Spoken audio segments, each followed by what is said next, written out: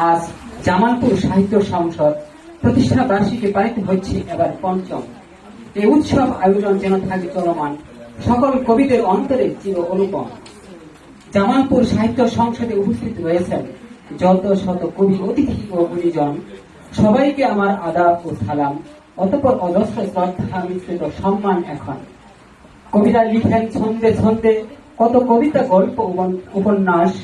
জামালপুরের হোটেল শ্যামল বাংলায় আমন্ত্রণ করেছেন কবি মল্লিকা রানী দাস। কবি মল্লিকা রানী দাসের ডাকে সাড়া দিয়ে আমি আমিনুল বিন বাদশাহ আসিয়াছি মেলান্দ হয়ে ভাবকি নন্নগর থেকে। বসিয়া আজ আপনাদের মাঝে খুশিতে রসে পড়ায় মনটা যেন কি যেন নতুন চিন্তা আগে। কেটে যাবে এই দিনটা হয়তো এভাবেই, শুনিয়া কবিদের লেখা কবিতা, গল্প, গান। হোক তবু সার্থক ও সফল মল্লিকা রানী দাসের আজকে সাহিত্য বিষয়ক আলোচনা ও সাংস্কৃতিক অনুষ্ঠান।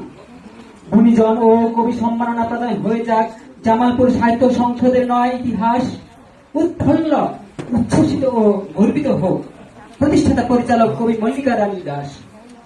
আমিনুল বিন বাদশাহর ভাষণা জামালপুর সাহিত্য সংসদ হোক আমাদের চিরকালের চিরস্মৃতি। বিদায়ক্ষণে সবার দোয়া কামনাই তাই আমি আমিনুল বাদশাহ স্বল্প কথার ছন্দ কবিতার করিলাম এখানেই ইতি। ধন্যবাদ।